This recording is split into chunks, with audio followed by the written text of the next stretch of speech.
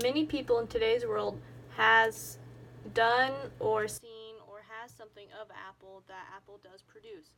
Whether it is a computer, a cell phone, a watch, there's many different things that Apple does produce that people buy.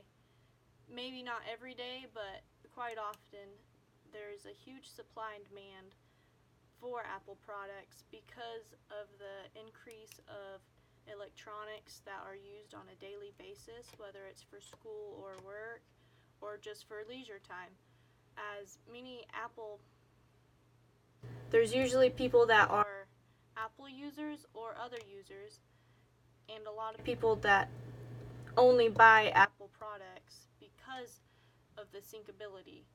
They all Apple products are easily synced to one another, so if you do something on a computer, it is often saved on iCloud, which is another Apple product that lets you see the whatever you're working in on your phone or on your computer, so you have that to go. Apple was first founded in 1976 and their main headquarters is in California. The founder first was unsuccessful and almost filed bankruptcy.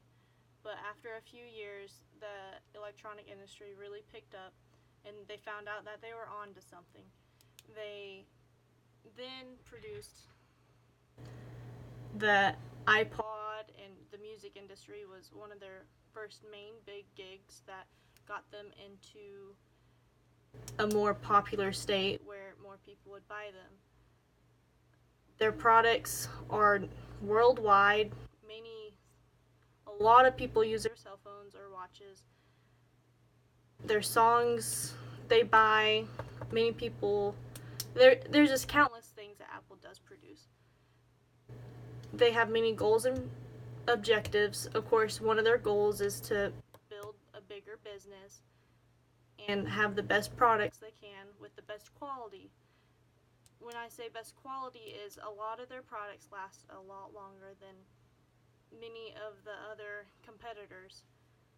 This a lot of times is due because of the virus where they put on all their products, so it automatically protects them. And where a lot of their products are more expensive, they also back up with the virusware so they last longer, so you won't have to buy the same product nearly as often as you might have to buy the competitor's product. As you've seen in the PowerPoint and you've reviewed, one of their things that they are lacking is their places of location where customers can actually handle the products and see and tell what they are and see if they really like the product or they don't, or they think the product is too big or too small, or if, like my grandpa, for example, he's really shaky and he has really big hands, really big fingers and stuff. So him using one of the older Apple phones, which has a smaller screen, is much more difficult for him than if he would have bought a larger phone with wider area to touch and it would be easier for him to use. This is why it's important for Apple to go ahead and expand in locations and not just online purchases. There was a map through the PowerPoint where you could look at. There's a lot of different Apple shops on the East Coast, but in the Midwest, where I live, there's not one for miles. I mean, you could drive 6 to 8 hours easily just to find an Apple location to handle some of their products.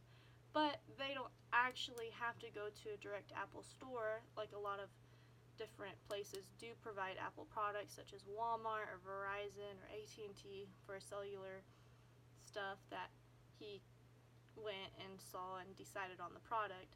But many times they don't produce, like MacBooks, for example. which I, as a student, would really love to have, but they are very expensive.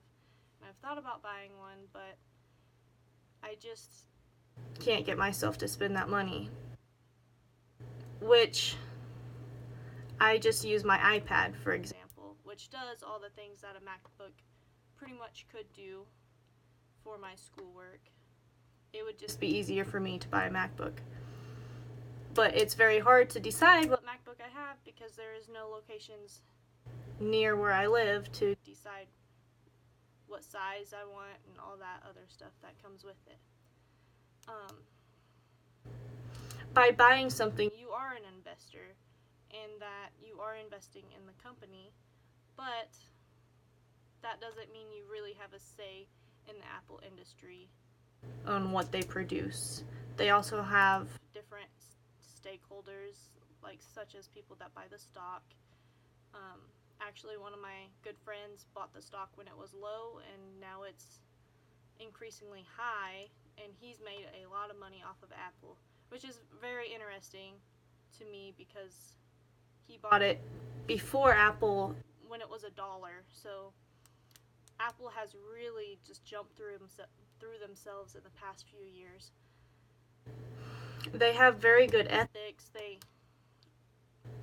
They help the customer as much as possible. There's a phone number you can call. Many of the people that sell Apple products will help you throughout different problems you may have, or will contact Apple for you. When you get on the Apple website, you can also go through a chat with them, a live chat, so then they could walk you through step by step on your product if you have any questions, concerns, or problems that you think could be addressed. Therefore, I believe that they are a good product. They've supported many people, like, for example, Red launch, when they made a bunch of iPhones to support HIV and AIDS, so they could raise money for the foundation and make people more aware that that is a major problem in the United States. They are a very attractive market. Their products are small, lightweight, easy to use, very easy to use. Children can use them, as far as older adults, like my grandpa gets along with his iPhone very well. Even though he is not electronic, he does not know anything about electronics. It just is a very attractive market because many people have Apple products. So anyone can help you with different problems because many of them have went through the problems that you might be having, such as friends or coworkers. I've talked about the barriers, which is the cost, and location is very difficult to actually find a true Apple provider, not just a general store that sells Apple, HTCs, Samsungs, such as those. But Apple is a very good product that has quality things they sell. Many of them, since they have virusware, they last longer, and they do a very good job at helping the customer when the customer is in need. Thank you very much.